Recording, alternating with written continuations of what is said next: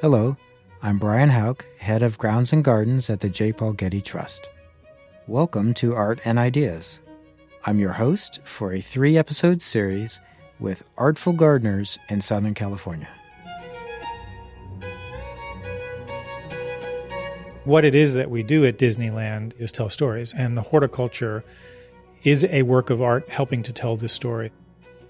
In this episode, I speak with Adam Schwerner, Director of Horticulture and Resort Enhancement for Disneyland, and Luis Gómez, Grounds Manager at Getty.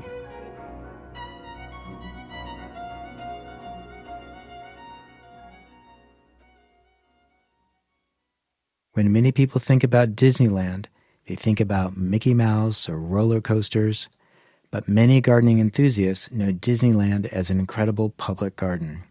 With thousands of plants that change 4 times a year to help tell the stories across the park, the Disneyland Gardens are an enormous undertaking. Adam Schwerner oversees that task with the help of a committed team of designers and gardeners. Luis Gómez, who now manages the grounds at Getty, was previously a horticulture manager working with Adam at Disney. I recently spoke with them both about the artistry and the hard work behind Disneyland's elaborate gardens. Today, we're talking to Adam Schwerner and Luis Gómez, and we have a Disneyland connection here. Adam, you are currently the Director of Horticulture at Disneyland. Yeah, so I'm the Director of Horticulture and Resort Enhancement at the Disneyland Resort. What I say when I talk about what I do, it's the pretty stuff. So we do all the horticulture. We have about 17,000 trees. We plant hundreds of thousands of annuals a year, thousands of shrubs. We make things grow as well as anyone could grow anything. But in addition to that, I also manage the team that does the resort enhancement work. So that's the changing displays, so holidays, and we also manage all the non-fixed props and all the attractions. We do all the design for all the window displays in the stores. And then also the buildings and facades team. So all of those trades that paint and do carpentry, and that really touches everything that makes the place beautiful. All right, I'm cracking up. This kind of sounds like a lot you have going on. It is. That's a lot to manage. I do want to talk about your horticulture background. Sure. But let's take a moment and introduce Luis Gómez. Luis, you have an interesting cross tie here between the Getty Grounds Department and Disneyland. Can you tell us about that? Yeah, so prior to working here at the Getty, I was employed at Disneyland for almost 8 years. I started off as a gardener there and then moved my way up to a supervisor and designer, working alongside with Adam and making the place a magical, beautiful place to explore and for guests to come and enjoy the landscape. And now I'm here working at the Getty with Brian Houck. And what do you do? I see the day-to-day operations here at the Getty, manage the team of roughly 40 employees, and plan the day-to-day operations. So I was really excited for you to get this role because, like Disney, it is storytelling. I mean, the gardening, particularly the Irwin Garden, is a remarkable work of art in and of itself, and it tells a story. And it's a really nice progression for you in your career, don't you think? Yes, it is. And one of the reasons I applied for this position was the joy this landscape brings to people, to its guests. You know, having your hands in a landscape where people from all over the world come is just a wonderful experience, and wonderful for me to know that people are taking our work and displaying it in photographs or in their memories in other parts of the world. Great. Glad you're both here today. Adam, since the scope of your job is so complex, Yeah. how did you get that job? Well, so I think, I have to start really long time ago.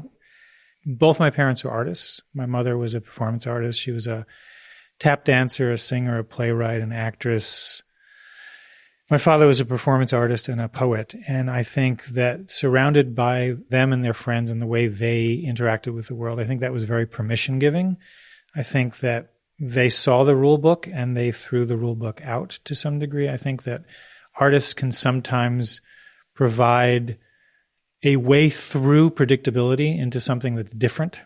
And I think my parents and their friends did that for me. And I was also exposed to museums a great deal. My mother took me to museums when I was in New York visiting her a good deal in my youth. And So I, for some reason, knew that I wanted to do public horticulture at the age of 12 or 15, which is really weird. And I don't know exactly where that comes from, but there you go. And went to Rutgers University. I have a degree in ornamental horticulture. And after that, worked at the New York Botanical Garden for 12 years, where I managed the Enid Haupt Conservatory. I was the foreman there for the last couple of years. And then moved to take on the role of Deputy Director of Conservatories in Chicago, where Brian, you and I met many long years ago.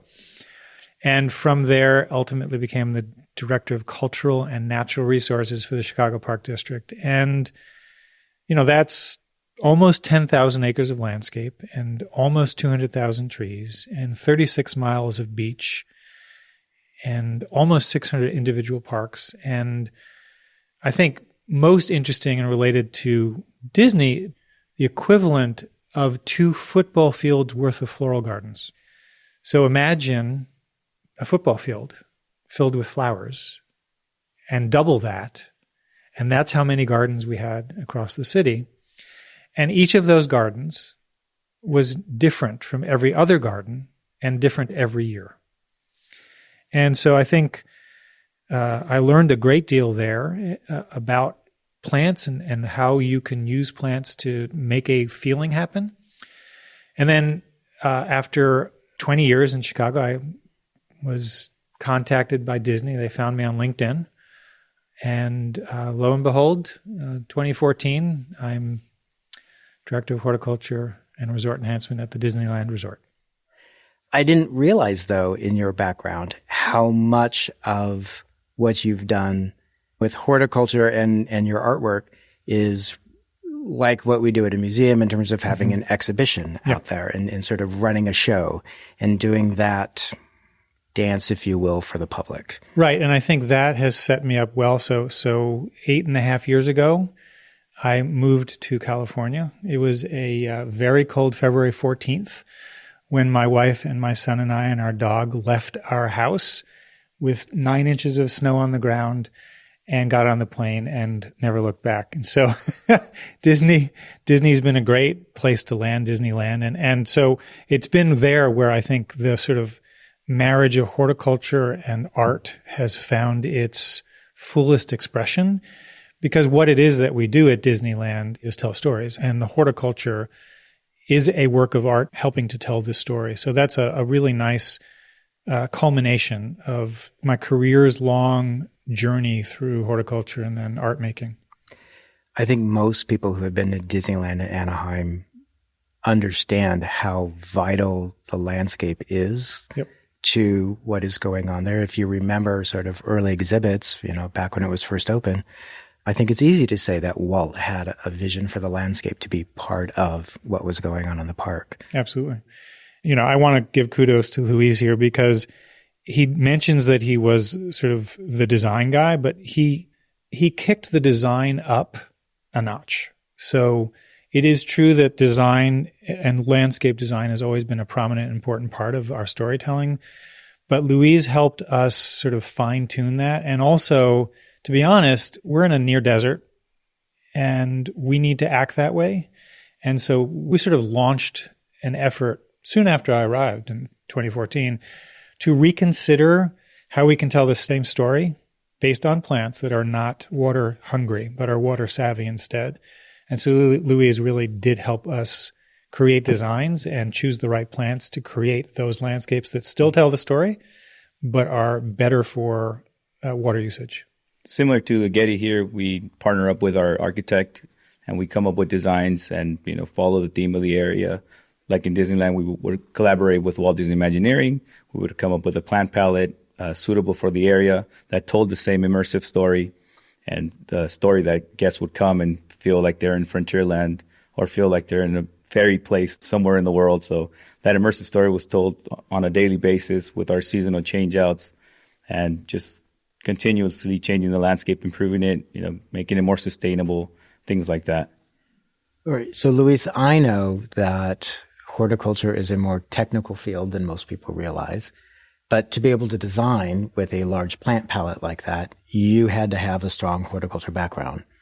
How did that happen? My horticulture background, ever since I was born, my parents own a wholesale nursery. So I was literally born and raised in a wholesale nursery environment where I learned how to procure plants. I learned how to grow plants. I know how to propagate plants, how to take care of the plant material. From there, I met a landscape architect who was one of my clients as I got older. And one day he came in with this beautiful plan drawing, and he asked me for a list of plants. And in all honesty, at the time, I had no idea that field existed. I didn't know how to read up a blueprint. He took it out. He showed me, these symbols indicate what plant type it's going, the spacing. So I fell in love with that. I started researching. I found out it was landscape architecture. After high school, I applied to Cal Poly Pomona, in which I was accepted and graduated as a landscape architect. Shortly after I graduated, I got hired at the Disneyland Resort, and here I am today. Congratulations. So Adam, I have a question for you. We know Disneyland horticulture is very special. How do you manage and curate your spaces? I've been in horticulture for quite a while, as I've said earlier, but I didn't understand. I made pretty things happen in the landscape, used interesting plants, taught people about how to use plants. But I don't know that I understood until I started at Disney the way in which plants can help tell a story, or they can be the story. So I think that Walt Disney Imagineering, so they set the story, they set the tone, and it's incumbent upon the horticulture team to then sort of find the right ways to tell the story by using the tools of plants. So the Disneyland Resort is sort of thought of as a film set, which is why we have a lot of film types of logic applied to the resort. So when we think about storytelling and we think about plants, we sometimes also think about them as props, things that can be moved around, things that can be removed and exchanged for other things. And we are always looking for distinguishing one place from another place. So in Fantasyland, we're going to use one type of plant. We're not going to use that same kind of plant, maybe even not the same kind of colors, for instance, in Frontierland, because you're in different places. The plants are very much part of helping tell that story and also helping to sort of direct people towards a feeling of a place.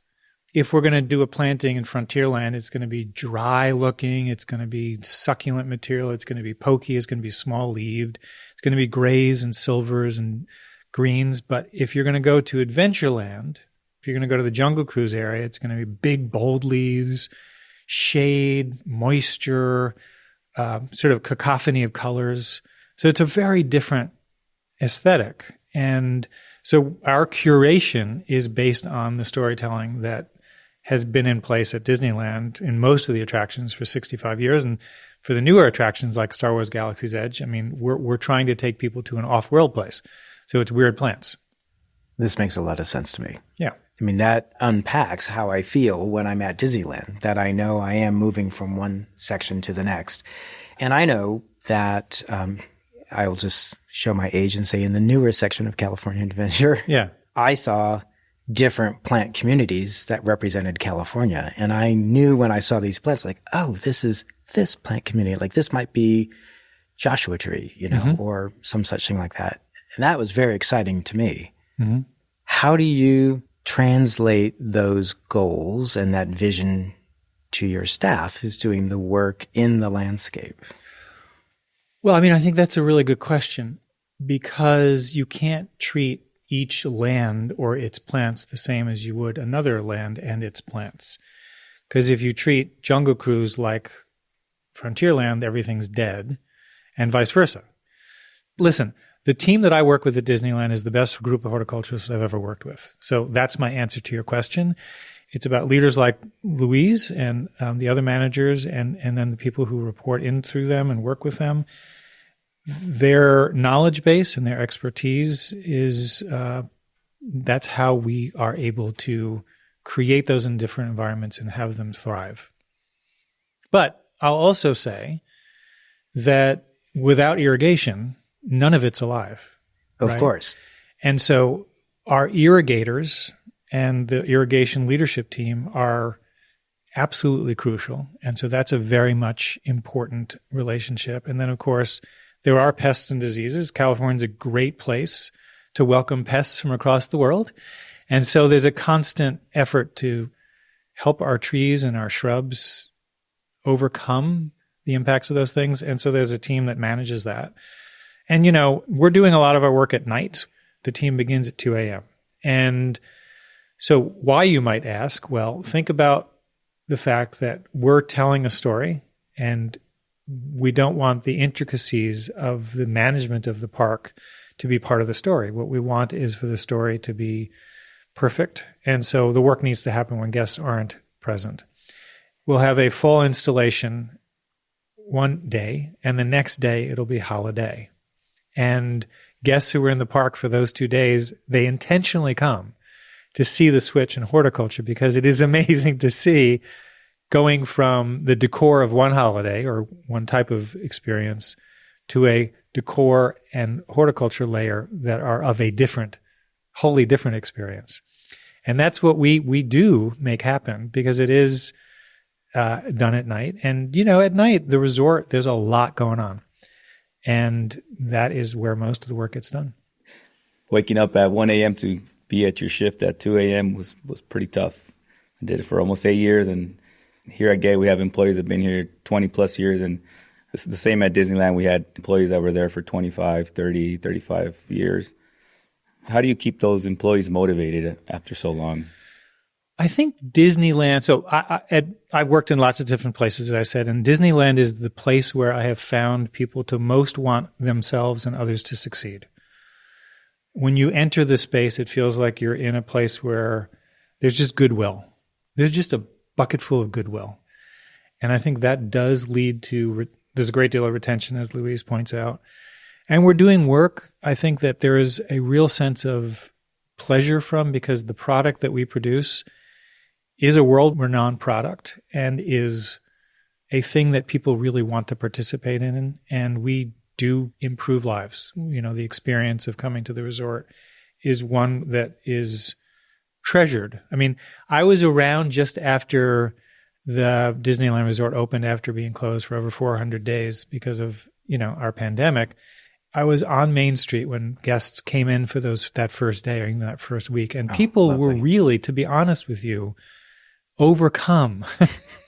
Right. They were joyous. They were hugging one another. They were crying, because it is, people grow up with Disney from infancy through, adulthood.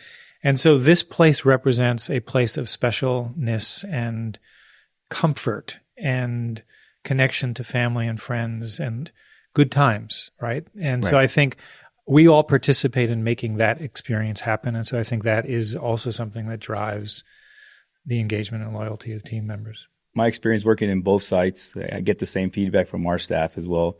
They come, they work every day, they work hard, they're very humble, and the joy they take home is knowing that people from all over the world come to look at their landscape, come look at their work. They take photographs of their work, and they see it as a piece of art. So every day I get the same feedback from our crews, whether it was at Disneyland or here at the Getty. So it's very impactful. And like for me, I have the same feelings. I have the same excitement, the same joy and pleasure of working in a site like the Getty or Disneyland, where people come, they congratulate you, they take photos, they just ask you hundreds of questions.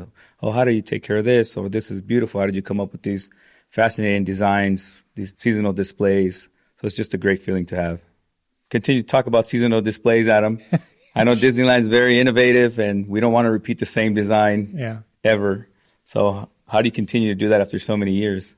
Yeah, so in Chicago, and Brian knows this, we had essentially 2 football fields full of floral gardens across all the parks. Oh, you're going to talk about the President's Gardens? And we had the President's Gardens in front of Lincoln Park Conservatory. Oh, wow. Which Brian was involved in. And so it was my goal, overseeing that contract over many years, to make sure that every garden was different from every other garden every year.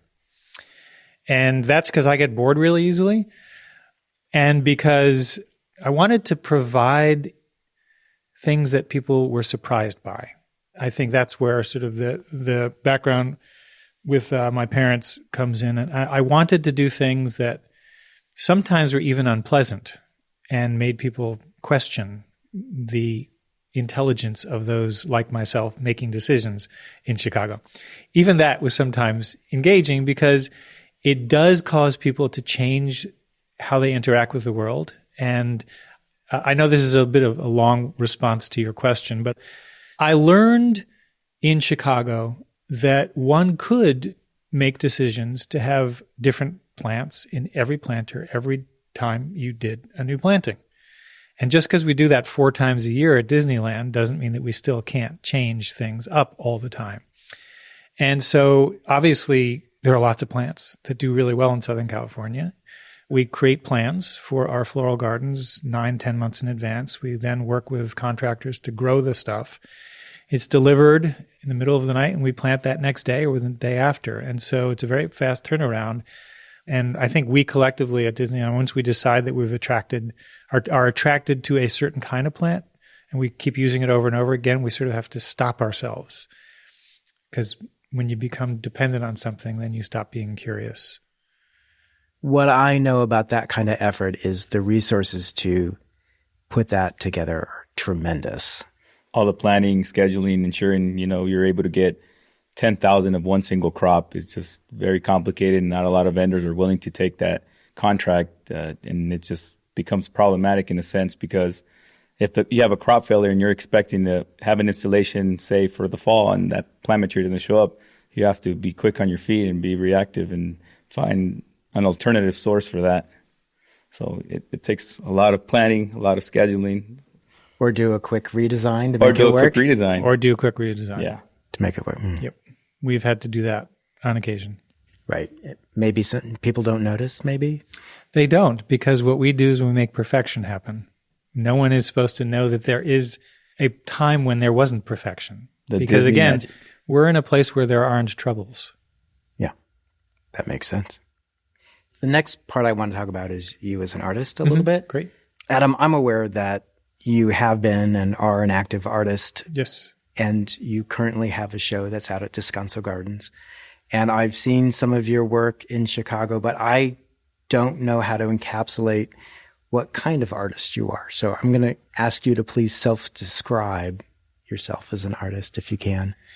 I think that that's hard to do. I would say that if you wanted to categorize me in some place, it would be installation art. What I enjoy doing is taking things that have a history. So actually, Luis, again, another sort of connection is the series of installations that are up at Descanso Gardens until January 8th called Your Unnatural Garden. Actually, Luis helped me for 6 months every Saturday from 8 in the morning till 3 in the afternoon create a whole bunch of elements that are part of the show.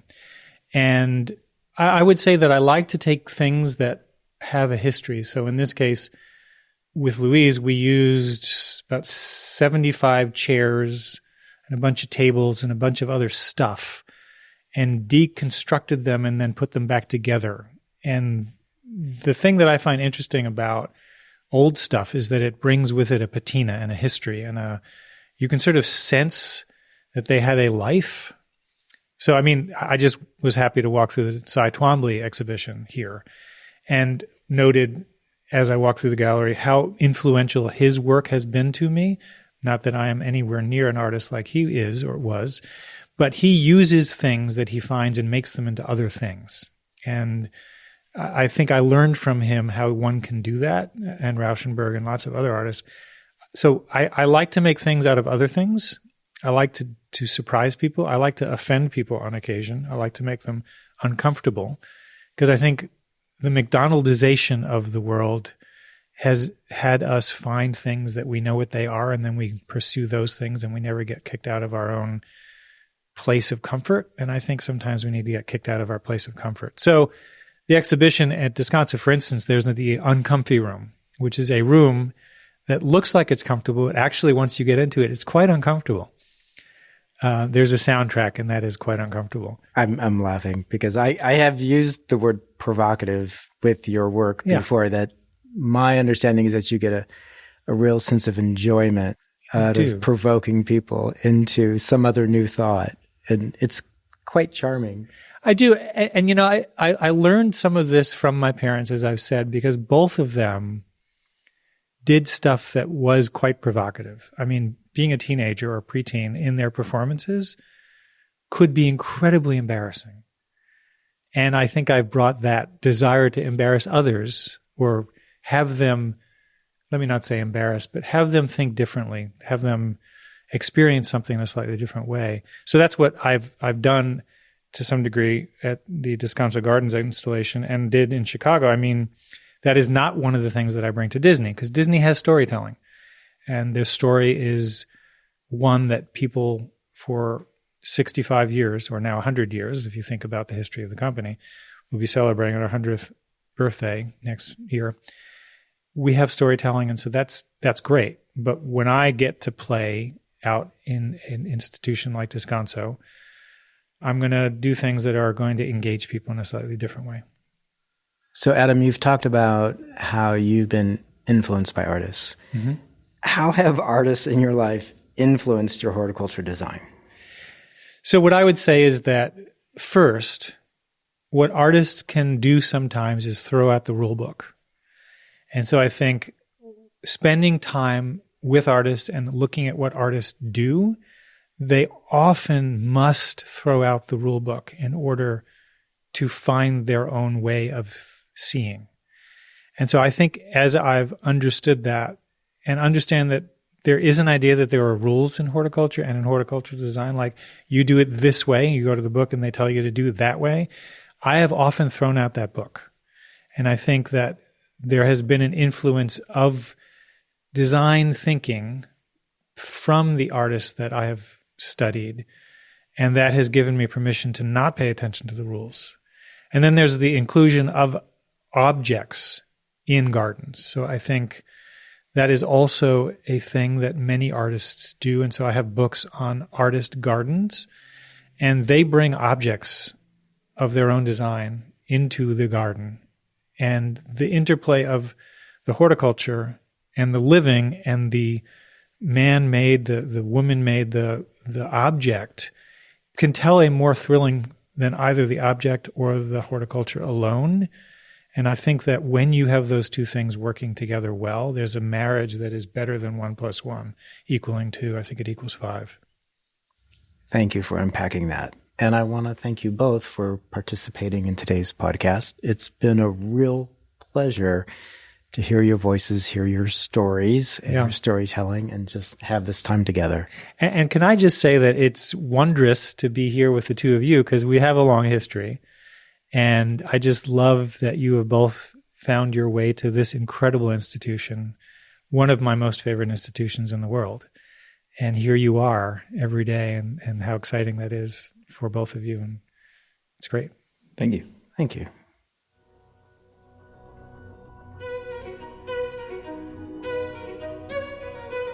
This episode was produced by Zoe Goldman, with audio production by Gideon Brower and mixing by Mike Dodge Weiskopf. Our theme music comes from the Dharma at Big Sur, composed by John Adams for the opening of Walt Disney Concert Hall in Los Angeles in 2003, and is licensed with permission from Hendon Music. For new episodes of Art and Ideas, subscribe on Apple Podcasts, Spotify, and other podcast platforms. For photos, transcripts, and other resources, visit getty.edu/podcasts. And if you have a question or an idea for an upcoming episode, write to us at podcasts@getty.edu. Thanks for listening.